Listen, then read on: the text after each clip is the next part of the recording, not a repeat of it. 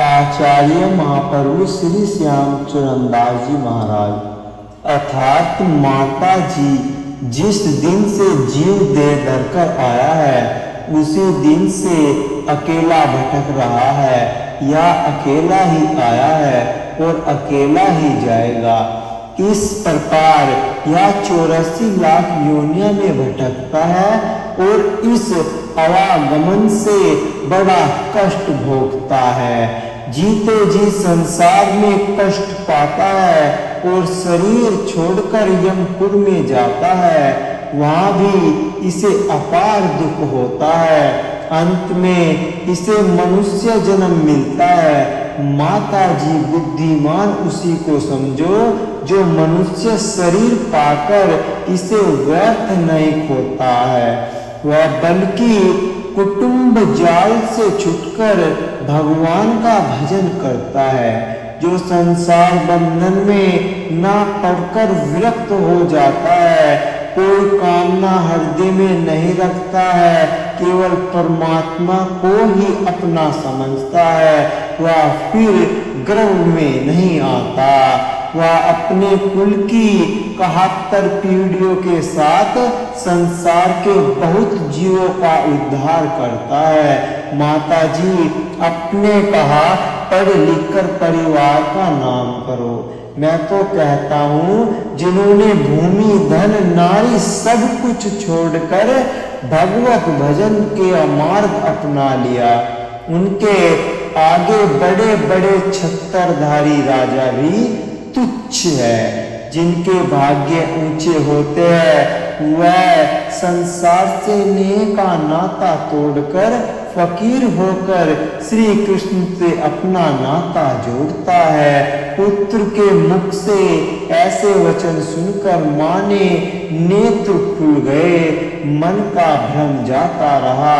बालक के मुंह से इस प्रकार का तत्व उपदेश सुनकर माता अचंबा हुआ, बड़ा अचंबा हुआ। वे कहने लगी दोहे के माध्यम से, ऐसा ज्ञान कहाँ ते पाया, कथा सुनी नहीं गुरु नहीं ध्याया।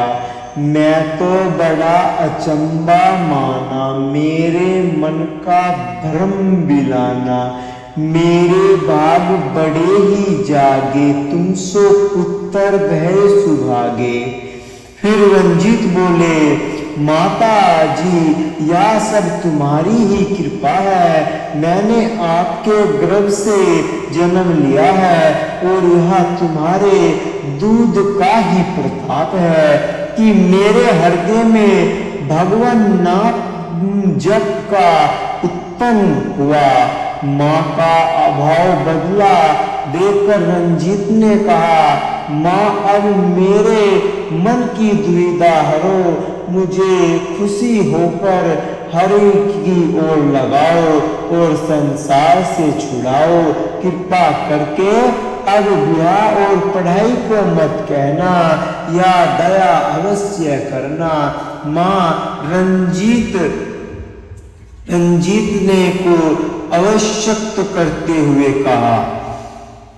फिर माता बोली, सुन लाला नहीं पड़ा हूँ जग जंजाला, अरु तेरा अब ब्याह ना करियो, कुटुम्बार सिर पे ना धरियो। लेकिन अब तुम्हें एक वचन मेरा भी मानना होगा, वह यह है कि जब तक मैं जीवित रहूं तुम मेरे पास ही रहो, स्वयं भक्ति करो और मुझे भी कराओ। एक वचन मो सो अब कहिए, जब लग जीव डींग में रहिए। की जो भक्ति हमरो पासा, हूँ जो हमसो नहीं उदासा। जंगल पर्वत उठी मत जायो, दृष्टि हमारी आगे रहायो। रंजीत ने प्रसन्न होकर माँ को दंडवत और परिक्रमा की और उनके पास रहकर ही भजन करने का वचन दिया। रंजीत अब पढ़ाई और ब्याह आदि के बंधन से छुटकर पिंजरे से आजाद हुए पक्षी की तरह भाव भक्ति रूपी मुक्ति में आकाश में स्वच्छंद विचरण करने लगे। वे कभी घर से बाहर जाकर साधुओं का संग करे, मंदिरों में जाकर दर्शन करे, कथा कीर्तन सुने, कभी घर में माँ और उनके संग ही महिलाओं के बीच बैठकर भक्ति का उपदेश करे या भगवान नाम का संकीर्तन करे, उनकी लीलाएं करे। कभी घर के नौकरों या आस पड़ोस के बालकों को इकट्ठा कर हरि कीर्तन करे, कंठी तिलक धारण किए, हाथ में जप की माला लिए, भक्ति भाव से संपन्न और देवी शक्ति से युक्त इस 8-10 वर्ष के बालक द्वारा भक्ति गंगा बही जावे और बालक वृद्ध स्त्री पुरुष नौकर चाकर सभी उस भक्ति गंगा में आवागमन कर तृप्त होवे और धन्य धन्य कहवे। इनके नाना राय भिखारी दास जी स्वयं भगवान के प्रेमी भक्त थे। उनका नियम था प्राप्त काल उठकर नित्य पूजा करते, दान दक्षिणा देते, फिर पालकी में बैठकर दरबार को जाते। वे भी रंजीत की भक्ति भावना देखकर बहुत प्रसन्न होते, उसे अपने पास बताकर हरि चर्चा करते। उन्हें केवल यही चिंता थी कि रंजीत भक्ति भाव में डूबकर कहीं घर से बाहर ना हो जाए, इसलिए वह जब भी घर से बाहर जाता उसके साथ 2 नौकर कर देते। भक्ति के अनुकूल वातावरण में रंजीत का भी भक्ति भाव आयु के दिन बढ़ने के साथ साथ तीव्र गति से बढ़ने लगी। यह भाव उमड़ उमड़ कर नेत्र द्वारा से बाहर प्रकट होने लगा। 12 वर्ष में तो वे उनकी विरह अग्नि तीव्र हो गई। उस समय की उनके अवस्था का वर्णन उनके शिष्य जोगजीत जी ने लीला सागर में इस प्रकार किया है। प्रेम पीर उपजी माही बढ़ती चली सभी तन छाही, प्रेम पीर नहीं पीछे पिछावे, मुख द्वारे सो बाहर आवे, भरे रहे जल ही असुने ना, विरह कपट से बोले वैना, जग सुबह रहे बेरागी ने अग्नि हृदय में लागी, दिन नहीं भूख नींद निसिनाई, हरि का मिलन सोच मन माही, सूखे होठ बदन रहे पीरा, बिन दर्शन मन धरे न धीरा। लीला सागर श्री राम रूप जी ने भी इनकी इस समय दशा का और भी मार्मिक चरित्र इन शब्दों में किया है। बरस बारवा परबल हुआ, हरि बिन और सुहाय न दुआ, रोम रोम ही सु अति पागे, प्रेम के जान रहे नित लागे, चलत फिरत हाई मन राखे, श्याम मिलन बिन और न भाके, लगाने बेसुध नाही, खान ओ पान सबे बिसराई, कबहू नैनन सोजल धारा, उठे प्रेम नहीं जय समारा, श्याम मिलन की मन में आवे, घर बार कछु नहीं सुहावे, मिले साधु जसु यही बूझे, मोकू गोविंद कैसे सूझे, मोकू गोविंद कैसे सूझे, ऐसे कहीं आंसुआ भरी लावे, लहर ही सु उंगी आवे।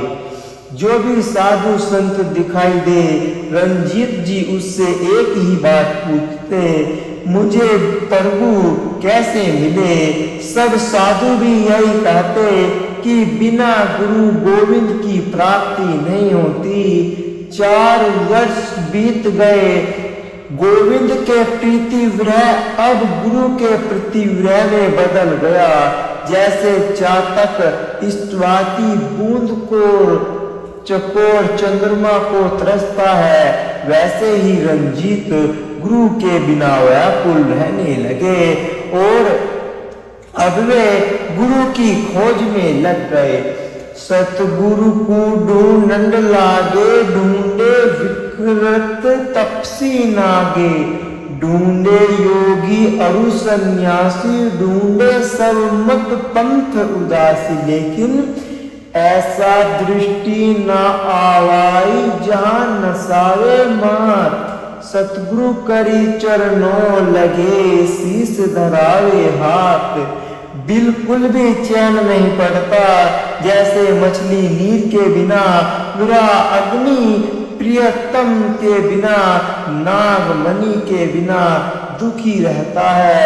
वही स्थिति रंजीत की हो गई। अब वे घर से निकल गए और वन वन में घूमकर गुरु की खोज करने लगे। उन्हें गुरु के विरह में डोलते डोलते रोते विलखते 2-2 महीने वन में बीत जाए। रोवत पल के सब उड़ गाया, रोम रोम में साइया साइया, 2-2 माह रहे बन माही, होई व्यतीत रात दिन हाही। अब उनकी आयु लगभग 18.5 वर्ष की थी, अर्थात 19वां वर्ष लग गया था। गुरु की खोज में भटकते भटकते उन्हें किसी दिव्य शक्ति ने शुक्रताल के पास मोरना तीसरा स्थान की ओर आकर्षित किया। यह वह शुक्रताल है जहाँ गंगा जी के तट पर श्री सुखदेव जी ने राजा परीक्षित को श्रीमद् भागवत की कथा सुनाई थी। स्वंत 1779 चैत्र माह शुक्ल पक्ष प्रतिपदा